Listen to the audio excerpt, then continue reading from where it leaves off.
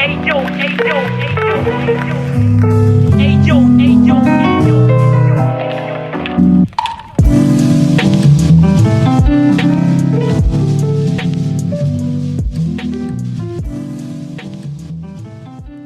BEEX project is a no-profit foundation about visual art and photography.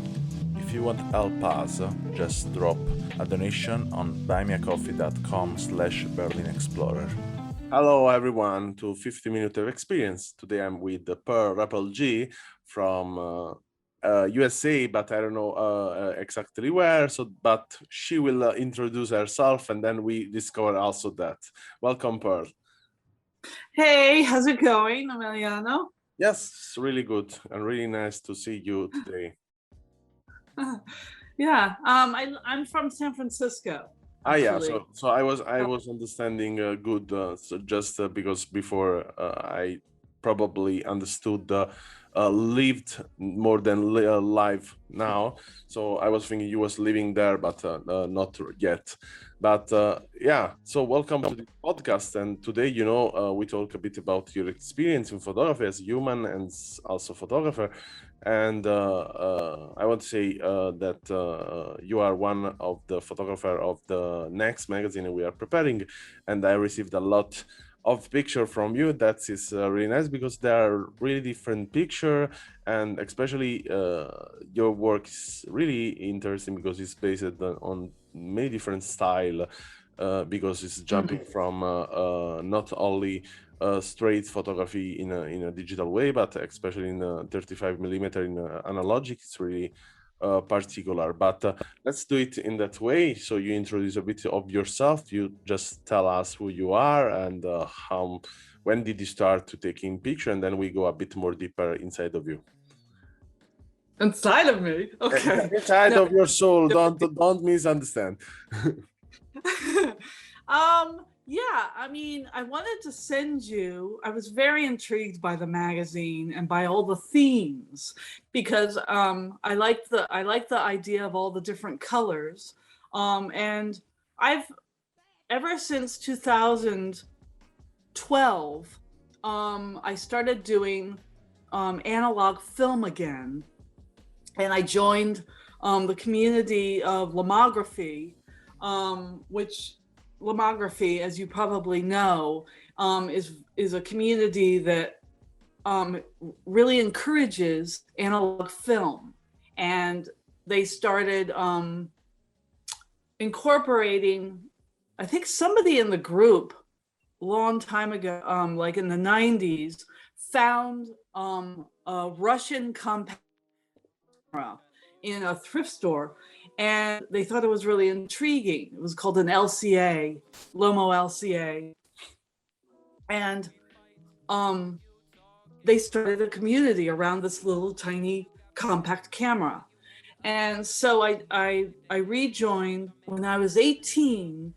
I went to college and I majored in photography and printmaking. And my father was a professional photographer. He worked 13 hours in the studio every day. And he used to photograph in the 60s for IBM architectural. And then in the 70s, he used to photograph for Ford Modeling Agency. And he was really devoted and really, he was very good and very passionate. No? What? Very passionate about. Yes, very passionate about it, and also very methodical and devoted. His dark room, his enlarger was, as tall as the ceiling. I mean, I have pictures of it. It was really crazy. But he took pictures for the World's Fair for IBM in the 60s. And it was pretty amazing. He was also a deep diver. But anyway, he was my inspiration in a lot of ways for photography. I grew up, I can't remember a moment in my life looking back that was not involved with photography. It was either photographs of me as a child or photographs of everyone in my family. Took amazing photos, either snapshots of the family. I mean, I grew up just staring at family photos. I mean, I was obsessed with family photos. More than anyone else. It seems like more than anyone else in my family. I mean, I would like constantly look at family photos because they were either compelling or they were beautifully taken or they were like the composition. And I would like, I think I remember taking some of the family photos, like sneaking them away because I really wanted them. You know, they were like of my great grandfather. And, you know, I kept promising people that I would like make copies for them, and then I never did. But I really loved family photos. And then my father gave me a Nikon FE when I was like, I don't know, 17 or something. And I took pictures with it.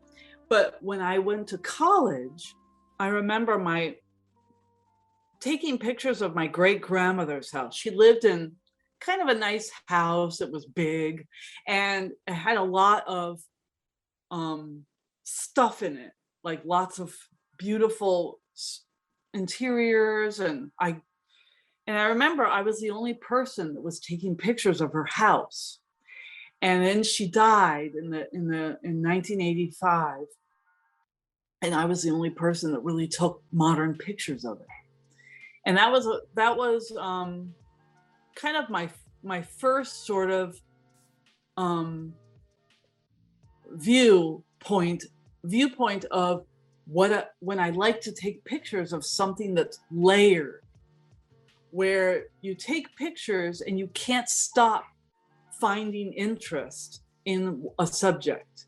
You know, like you can take pictures constantly all day of the same subject because there's so many layers to it, you know? Yeah. And the second time that happened to me that made me realize I had this photo bug was I had a boyfriend that had, he had a 1953 Ford truck. And this was kind of you know, he was kind of one of those guys that is constantly looking for parts for his truck. And, you know, well, one day we found a field full of 1950s cars that were abandoned and had trees growing out of them.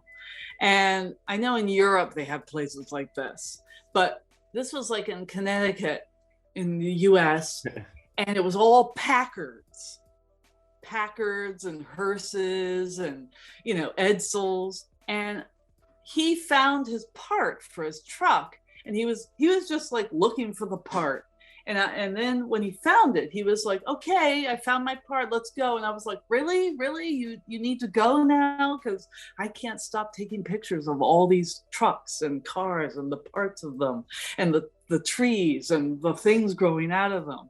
And you had to drag me away. I mean, it was just really like, and then I realized, oh, I'm really into this. This is really cool. And then one of the things I really didn't like was I didn't like darkroom stuff. I really don't like developing film, because the same thing with the obsession with taking pictures like all day of the same thing, I get obsessed with how the picture is turning out, you know, and like, oh, I need to go in and dodge more, or I need to like burn more onto this photo. You know what I'm saying? Have you ever developed pictures? Yeah, and I would never be satisfied. So now I send them to a lab and I focus more on the composition. But anyway.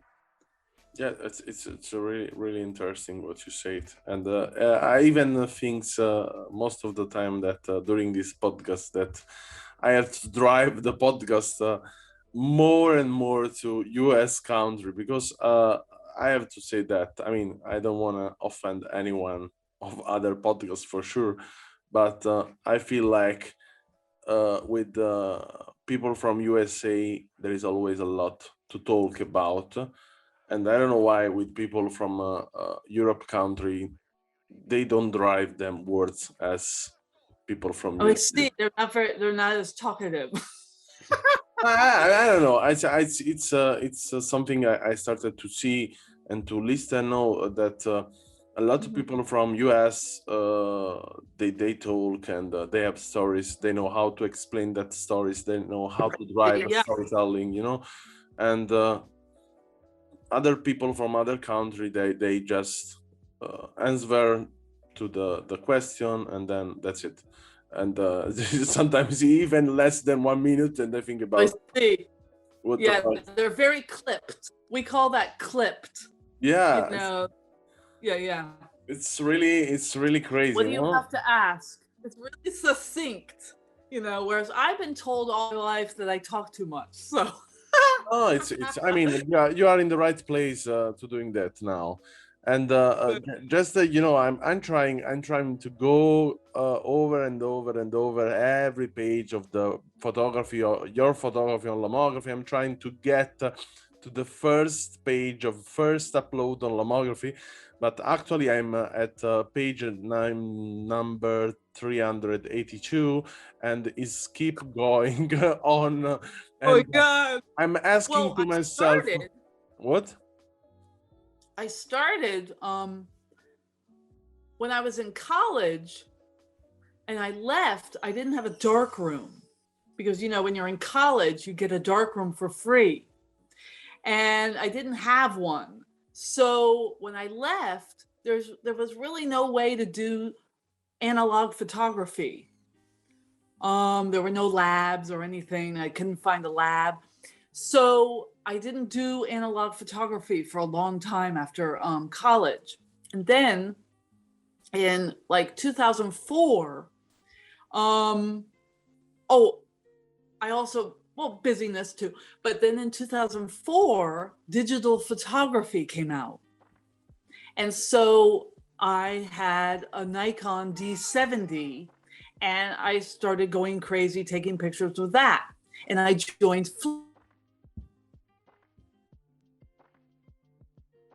Flickr. I have like, because digital is free practically to take pictures. Yeah. It's like your iPhone. I mean, analog, it's expensive, and I spent a little bit of money on the photography and the film and stuff. And I have like 20 or something or more cameras. I've been collecting cameras as well. I have like, but before Lomo 2012, I just had a digital camera. But that was annoying because balance. Digital cameras have this problem where you're always trying to get the color right on the computer. And so you're endlessly trying to work with that.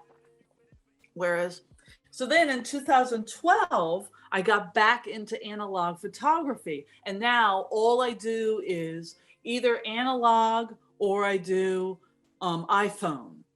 Okay. And I use my iPhone constantly. Photography is like breathing. It's really like breathing. I don't ever do it as a job. I never wanted to do it as a job.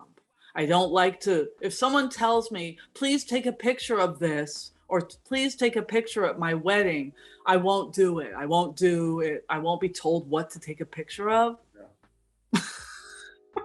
So I want to say that I found the last page, so the first picture you uploaded on Lomography, and it was in 2012, in probably June, and was made with the Lomo LC wide in San Francisco with the multi-exposure, and in this folder is my house, husband and cats. And I wanted to go really, I told you I want to go really deep inside of what the story is in. I mean, I'm really interested of that because, as in this case, I'm a curator and editor. Yeah, this is my pleasure to see a million of picture in front of me, and playing as a puzzle, starting to grab some, and composing in my head my things. And it's really nice, funny, and curious that you have there are thousands of pictures. There are only lomography. There are 32,067 picture. So that means yeah, a lot, a life of picture. I mean, I have seen also some profile with over than 500,000 picture, but I don't know. I mean, you have to be really obsessive also to upload to make something like 500,000 of picture on lomography. Yeah. But Well, what's amazing too is that on lomography, it's free to post your photos there. yeah, I mean, this is probably a win decision, because I mean, you know, the point is they use a kind of marketing. It's pretty smart. You upload Yeah. your picture, you have your community, and they have them shop. Where to find the Yeah. film? There. Yeah, it's easy, no? I mean, Yeah. Yeah. uh, Well, also they like you, like BerlinExplorer, they encourage contests, and they have prizes of like points in their shop, and people, and they also develop your film if you want them to. yeah, You know, so it's really great, and people are. I've met so many people from all over the world, and they also do Kickstarters of their lenses and cameras. yeah. And I've done many Kickstarters. And one year, like 2 years ago or three, I can't remember, 2018, I bought a Kickstarter of one of their lens systems. Petzval lens. No, not Petsful, actually, but I've done that before. Yeah, But because I it's remember called- something kind of Petzval, or was another also. They I did have it one. started. Yeah, the Petsful lens is really great, but they have this other one called the Neptune. Yeah. Yeah. Yeah. I have seen Yeah, recently. and it's a really cool system. And when I bought this lens, I splurged a little bit, and I bought the ticket to go to Vienna, to their headquarters. And it's really wild, and no shade to lomography.com, but nobody in the office takes photographs. It's you know, Ah. it's funny, no? All they do, I mean, that's no shade, but all they do is make and design the cameras and the website. Yeah. But I walked in and I was like, wow, so what kind of cameras do you guys use? And they were like, oh, I don't really take pictures. Yeah. It's almost. I mean, you know, when you do it editor, in this case, I take picture, but I'm only today. You know, for example, I had the 5 podcasts, and every day I have around 5, 6 podcasts, and yeah, the rest of stuff I have to do it. So magazine, editorial content, blah blah blah, and the only time I have to take in picture probably is when I see out of my window and I see Right. some nice Well, with the COVID, I haven't taken hardly any pictures. No, I mean, for me was totally the opposite. I did more pictures during the COVID than Oh, really? before in my life. Yeah. Well, my problem with the COVID is that I don't go out that much. So frankly, I'm a little bored of my neighborhood, taking pictures of it, because San Francisco is different than New York City. So, for instance, like New York City, when you live in the middle of the Manhattan, like you could be in the Village, or you could be uptown or downtown or Soho, and everything is like it's like cool city. It's like cool inner city kind of. Everything is incorporated. You walk around, everything. I mean, maybe it's because I'm in love with New York and I don't live there, so I don't have like, you know, it's unrequited like love. You know, it's like. But the thing is, San Francisco, it's not really like Queens, but it's a little bit like that because 90% of San Francisco is residential. Yeah. You know, it's like, it's sort of like, it's not like my area, for instance, is a bit farther away from the middle of the center of town, and there's no cafes near me. It's all like just houses, Okay. you know? And New York, you can just walk out of your apartment, your brownstone, and it's totally the full-on city. And it's always in. I mean, yeah, we are talking about the one of the city most organized in the world. Photogenic. Yeah, it's the most photogenic city in the world, Yeah. probably. I mean, Because it's also, it's not yeah. just photographically cool, it's also urbanly cool. You know, it's like, it's cool street photography.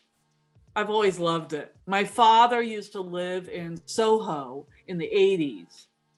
And I used to. Sorry. Tell me. Oh, no.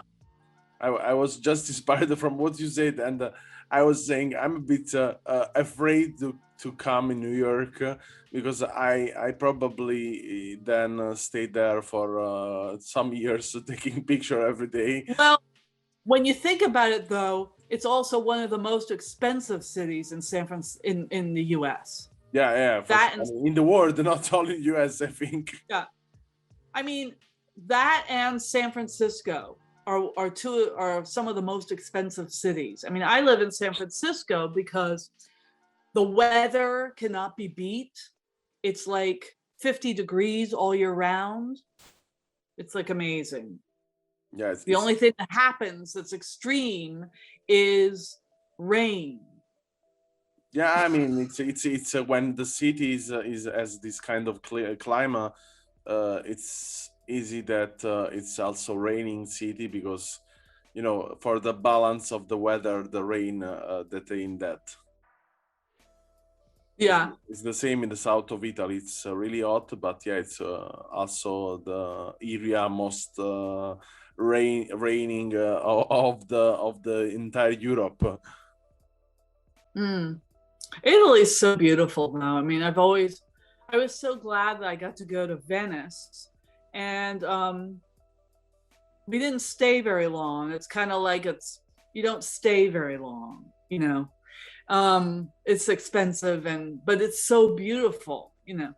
But all the stuff like the ruins, the artistic architecture, that's amazing about Italy. That's just, you can't beat that, you know. Yeah. But yeah, it's full of, for sure of things that you can discover, especially you come from yeah. But I had a lot of fun. When I got back from Venice, one of the things that's cool about Lomography is they do articles. Yeah. And they did an around the world article. It's called Around the World with your camera or something. And I did one about Venice and my Neptune Naiad, which is a lens that's 1.5 millimeter,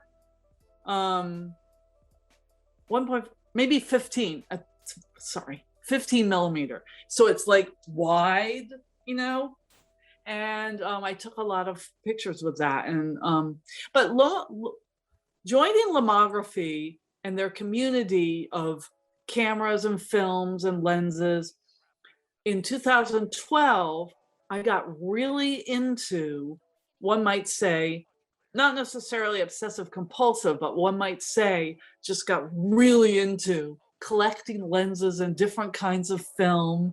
And they started doing 35 millimeter and 120 film that was cross-processed or different kinds of film. And that's why your color themes is really intriguing, because there's film around those color themes. Yeah. So Like when you say yellow or red or green or even purple, there's different kinds of film. So you don't have to pick, oh, a purple car or, you know, a yellow marigold flower. There's like red scale film, which encourages yellow tones or red tones. Yeah. And it's really interesting. And I got, you know, I'm one of those people that gets like, I don't know, ADD. I get kind of bored with just regular film or the same film or one kind. And so having the different kinds of film was really exciting and wow, experimentally exciting, because I tend to do the quotidian. You know, I like to explore how to make that intriguing or compelling. You know, like taking pictures of just like the everyday of your life, but how to make it neat, or why bother to take a picture of that? Oh, I mean, I remember one time I have an aunt who is a clutterhead. Like she's almost like well, okay. I don't like to say this about her, but I'm the same way. I have like a lot of stuff in my house. And so it's interesting how you can take something like that, like someone's clutter or someone's amazing amounts of stuff all over their house, and find a beautiful way to photograph it. Yeah. You know. Yeah, sure. I mean, it's I mean, it's one of my fetish. I think discovering the cows and find the hoarder. Right. And find a way. I mean, if you take like, I remember one time I was with my mom, and it's her sister's house, and there's like just stuff, and you know, a beautiful shirt hanging bedraggled in the window, and you're like, and my mom would be like, oh, I can't believe what you did. And I said, but Mom, look at the photographs. If your house is just neat, you know, like spick and span, like kind of like there's nothing in it out of place, that can be kind of boring photographically. But my aunt's house, and I took pictures of it with very grainy black and white film. Like you might know, I don't know if you take pictures analog, but you might know like 3200 Delta Ilford. It's very grainy, and the pictures came out really amazing. You know, well, I don't know. I love the grain, so then I'm a kind of photographer that like to the structuration of the film. So then I always push my film to yes, grain. Yes, for the grain. Yeah, I love the grain. For me, it's I don't know. It's kind of to touch. You can touch in a way the figure. Right. Yeah. I love abandoned places, and it's, I'm jealous of places in Europe because there's a lot of really amazing abandoned, like on Lomography, if you look through the people's photos, because every day I go on Lomography and I like other people's photos. I do this. This is my thing. That's my thing. I like to encourage and support other people. And I'm always looking at people's stuff in Europe, because you'll find people who, oh, this abandoned asylum. You know, there's lots and lots of abandoned hospitals and, you know, hospital wards.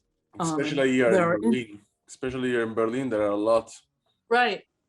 And that's one of my favorite things, is abandoned places or car cemeteries, or I really love old cars. My grandfather was a car person. He designed a car, and I'm really into really old cars and, you know, different stuff like that. But I really like, but another thing that a lot of, ever since Lomography, I don't know if they encourage this or not, but ever since Lomography, they encouraged other companies making film and cameras as well.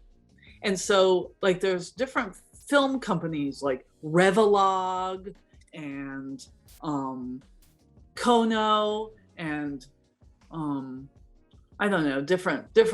Okay. Rolly made some really great films as well. The company that made the twin lens reflex camera, they made some really cool films as well. But there's this one company called Revolog that made some really interesting films with like scratches in the film or spots. Like there was this one called Volvox, and it gave like big green splotches on your film. Yeah. Stuff like this. Or like there's a black and white film that has white dots, so it looks like it's snowing even though it's not, you know. It's really cool. I mean, I love stuff like that. Or just color saturation. And with cross process is another thing that a lot of your color themes, like green and red and yellow, you can get that through cross process, which is, you know, just to explain just real quickly, it's just like where you take slide film and you develop it in negative film chemicals. Yeah. And it crosses the color transfer, and it makes like bright green film or red or yellow or whatever. It's really cool. Yeah, it's really cool. And recently, I also tried. I sent some email to Lomography to try to have a collaboration with them. First of all, I would like just to have a podcast with them. I mean, it's not. I'm not. You know, we are in a moment of history where everyone contact every kind of society of company. Oh, yeah. And trying to get something from. But what I really would love to have from them is having a talk in a podcast. I mean, and then if they want to promote the project, yeah, good. If they don't want, they're good. For me, it's the same. I don't really go to ask anything to the people. I would love just to connect. You know, I think it's everything. Is about to having a connection with someone, and then Exactly. you can see if your collaboration work or not. Sometimes it doesn't work, you know. You can expect to work something, but in the reality it doesn't work because you don't have any point of connection. And I don't like the idea to just contact, I don't know, for example, in this case Lomography, but in general like Canon, and say, hey, I want to use, no, I don't want to use your camera because of a sponsor things, but I would love first to see if our idea can travel on the same way, and then seeing if we can do it something. I mean, if I can give to you something and if you can give to me something. So you did Canon or with Lomo? You did that with Canon or Lomography? Lomography. Were they responsive? I sent to them my email, and they answered. Yeah, I mean, I think the person is caring about Instagram answered me and gave to me the email, and they sent the email, and then we will see. I mean, let's see what happens. I don't stay there waiting for the email, but yeah, will be nice to get an answer. Also an answer to say, yeah, fuck yourself with your podcast. No, will be nice. Yeah, I mean, but anyway, so it was really nice, and I think we can have other 50 minutes of experience together another time. I mean, in the near future, we can continue to have this talk because it's nice. Very exciting. So I don't know if I know you got my pictures. I probably sent too many, but the thing is, I finally figured out the WeTransfer, and I hope that helped. You know, but it's more easier to get, because you can send more in one package and so on. But to close this podcast, I want to say thank you a lot for your attention to the details and the story you shared today with us. And this was Pearl, and you will find a link in the description with all the magical stuff and more over than 32,000 pictures to watch. And I'm watching all, and there are many really cool. So I advise a lot to this vision and this listening of the podcast. And thank you a lot, Pearl. Thank you very much. It was really fun. I really appreciate it. Thanks for listening to our podcast. Learn more about our project at allmylinks.com/BerlinExplorer or visit our Instagram and follow BerlinExplorer project.